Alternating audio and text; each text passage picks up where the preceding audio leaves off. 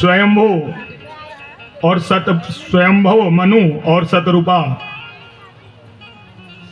दक्ष की उत्पत्ति, सप्त ऋषियों की उत्पत्ति, उसके बाद भी सृष्टि जब आगे नहीं बढ़ती है तब ब्रह्मा जी के द्वारा कामदेव की उत्पत्ति होती है। कामदेव की उत्पत्ति होती है और रति और कामदेव का विवाह होता है। और इधर दक्ष प्रजापति दक्ष भी विवाह करते हैं। दक्ष की विवाह होती है। वहां संध्या जो ब्रह्मा की मानस पुत्री रहती है,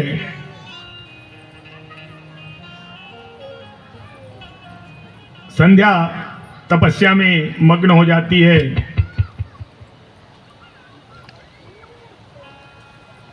और इधर दक्ष प्रजापति को ब्रह्मा जी आदेश देते हैं मैथुनी सृष्टि की रचना करने के लिए। जब सृष्टि की निर्माण में तंग हो जाते हैं ब्रह्मा जी और निर्माण नहीं कर पाते हैं, आगे सृष्टि नहीं बढ़ती है, तब वो मैथुनी सृष्टि के लिए कामदेव और रति की सृष्टि रचना होती है, उत्पत्ति होती है। और कामदेव और रति मैथुनी सृष्टि की रचना में सहयोगी बनते हैं और मैथुनी सृष्टि की रचना होती है। दक्ष की विवाह वीरनी के साथ,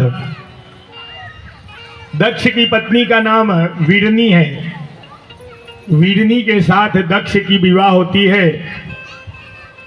तपस्या करते हैं, उनसे पुत्र की प्राप्ति होती है। दक्ष के 10,000 पुत्र जन्म लेते हैं।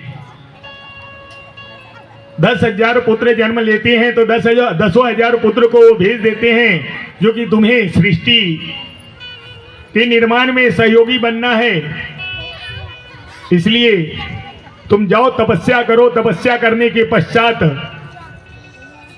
आगे सृष्टि में के निर्माण में तुम्हारा सहयोग रहेगा। इस प्रकार वो सब के सब तपस्या करने चले जाते हैं। इधर नारद जी को पता चलता है, क्योंकि नारद तो कहीं भी स्थिर रहने वाले नहीं थे। क्यों स्थिर नहीं रहते हैं वो भी प्रसंग अभी आएगी थोड़ी देर में। नारद पहुंच जाते हैं दक्ष के 10,000 पुत्रों के पास और उनसे उनका समाचार पूछते हैं। कहते हैं क्या करते हो? तो कहते हैं जो कि हम तपस्या में लगे हैं, उसके बाद सृष्टि की निर्माण के लिए, सृष्टि निर्माण में मैथुनी सृष्टि की निर्माण में हमारा योगदान रहेगा। तब नारद उन्हें समझाकर योग मार्ग में भेज देते हैं और नारद के समझाए हुए मार्ग पर वो 10,000 पुत्र अपने मुक्ति के लिए तपस्या में मग्न हो जाते हैं। जब दक्ष को पता चलता है जो कि हमारे पुत्र को नारद तपस्या में लगा दिया है, वो अब कभी वापस आने वाले नहीं है, ऐसा उनको मालूम पड़ता है। फिर उन्होंने अपनी सूझबूझ के साथ शांति से मन को व्यग्र किए बिना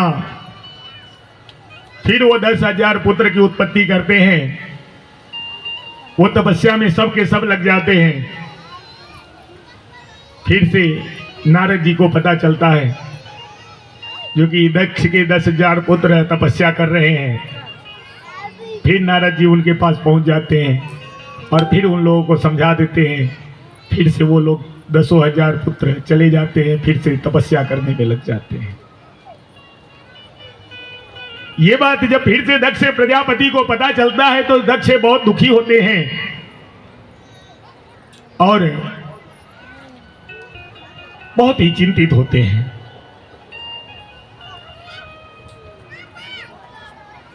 इतने में नारद दक्ष से मिलने, क्योंकि नारद दक्ष प्रजापति के भाई होते हैं, ब्रह्मा जी के पुत्र नारद भी हैं और ब्रह्मा जी के पुत्र दक्ष भी हैं।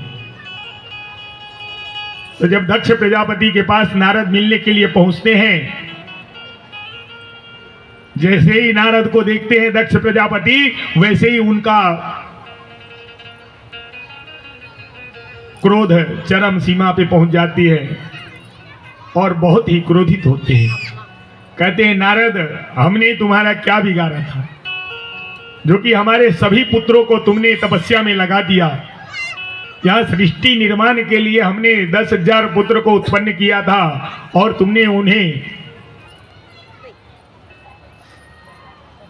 तपस्या में भेज दिया।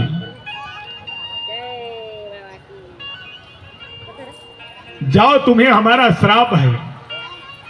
दक्ष नारद जी को श्राप देते हैं, अपने भाई को। जाओ, तुम्हें हमारा श्राप है, तुम कभी भी कहीं भी चैन से नहीं रह सकते हो। ये नारद जी जो घूमते रहते हैं, इसका कारण समझ गए काहेला घूमते रहते हैं, क्योंकि उनको श्राप मिला हुआ है।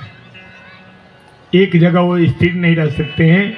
और श्राप किनके द्वारा मिला है? दक्ष प्रजापति के द्वारा मिला है, उनके अपने भाई के द्वारा मिला है।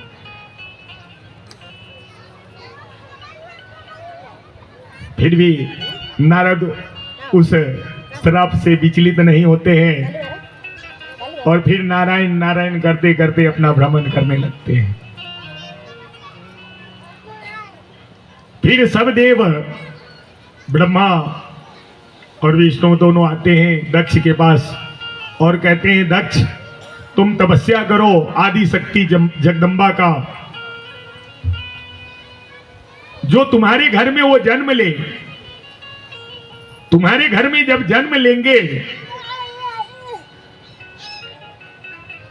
भगवती मां जगदम्बा तुम्हारी घर में जब जन्म लेंगी, तब शिव के साथ उनका विवाह होगा। इस पर बिरनी और दक्ष दोनों ही तपस्या करने लगते हैं। उनकी तपस्या से प्रसन्न होकर मां जगदम्बा जगत जननी कल्याणी उन्हें दर्शन देती है। मां जगदम्बा उन्हें दर्शन देती है और दर्शन देने के बाद उन्हें अभीष्ट वरदान प्रदान करती है। कहती है, जा, तुम्हें जो भी वरदान चाहिए, तुम्हारी मनोकामना पूर्ण हो, ऐसा वरदान प्रदान करते हैं। और कहती हैं, तुम्हारे 100 पुत्र होंगे, उसके बाद 60 कन्याएं होंगी, पश्चात हमारा जन्म होगा। माता ऐसा आशीर्वाद देकर वहां से अंतर्ध्यान हो जाती हैं। फिर दक्ष प्रजापति के 100 पुत्र जन्म लेते हैं, बाद में 60 कन्याएं जन्म लेती हैं। 60 कन्याओं का विवाह कर देते हैं, सभी ऋषियों से विवाह करते हैं। 27 कन्याओं से चंद्रदेव का विवाह करते हैं। चंद्रदेव की कितनी पत्नियां हैं? चंद्रदेव की 27 पत्नी है। 27 कन्याओं के साथ दक्ष प्रजापति की 27 कन्या के साथ चंद्रदेव का विवाह होता है। लेकिन उसमें 27 कन्या में सबसे सुंदर रोहिणी रहती है। इसलिए चंद्रदेव रोहिणी से अत्यधिक प्रेम करते हैं और उन्हीं से सिर्फ प्रेम करते हैं, उनसे अधिक प्रेम नहीं, उन्हीं से सिर्फ प्रेम करते हैं। अब जहां 27 पत्नियां हैं और 27 पत्नी में से एक पत्नी से अगर प्रेम करे तो वो 26 बिचारी क्या करेंगी? वो 26 कन्या जाकर अपनी पिता से कहती है, पिताश्री ऐसी ऐसी बात है।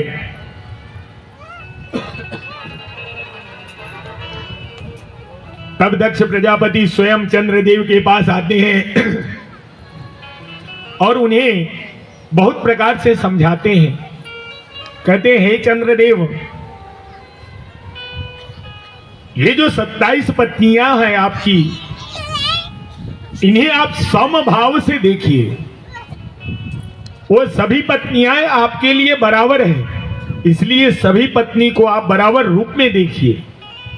एक से आप प्रेम करते हैं और आप किसी से प्रेम नहीं करते हैं, तो ये कितनी गलत बात है। ऐसा ससुर होकर समझाकर वो चले जाते हैं। सभी कन्याएं पुनः चंद्रदेव के साथ रहने लगती हैं, परंतु चंद्रदेव का कोई भी विचार बदलता नहीं है और चंद्रदेव जैसे पहले रहते हैं उसी प्रकार से उनका व्यवहार विचार उसी प्रकार का रहता है। तब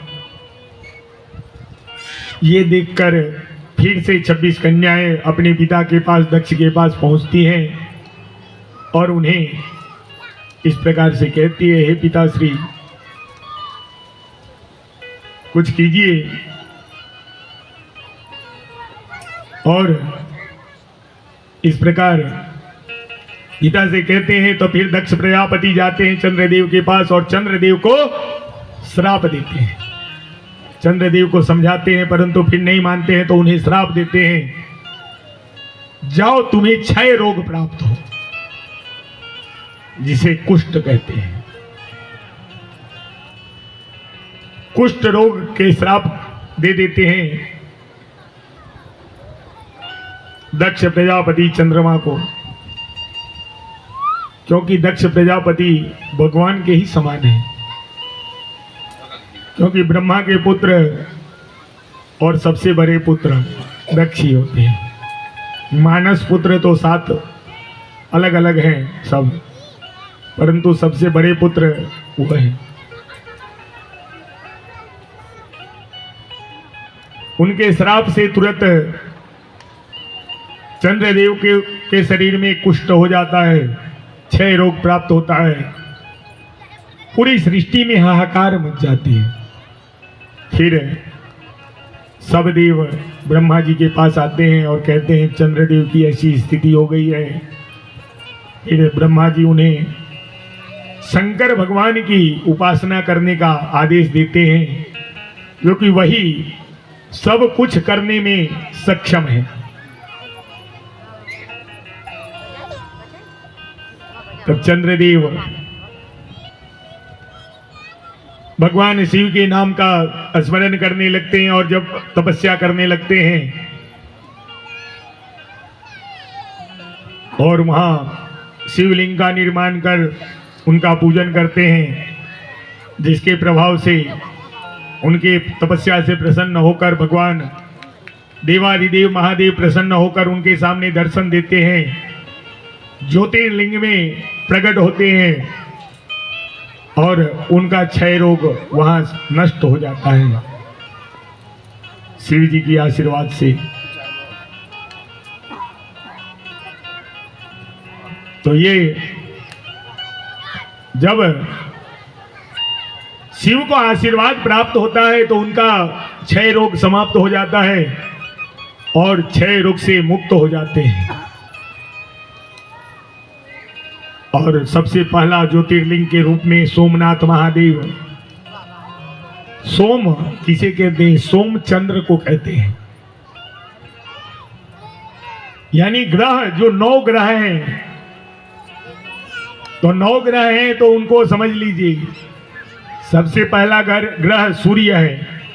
सूर्य, रविवार के दिन सूर्य देव की पूजा होती है, सोमवार के दिन चंद्र देव की पूजा होती है, मंगलवार के दिन मंगल का, बुध के दिन बुध का, गुरु के दिन गुरु का, शुक्र के दिन शुक्र का, शनि के दिन शनि का। शनि के दिन ही राहु और केतु का भी पूजन किया जाता है। राहु का बुधवार को भी पूजन होता है, शनिवार का भी पूजन होता है।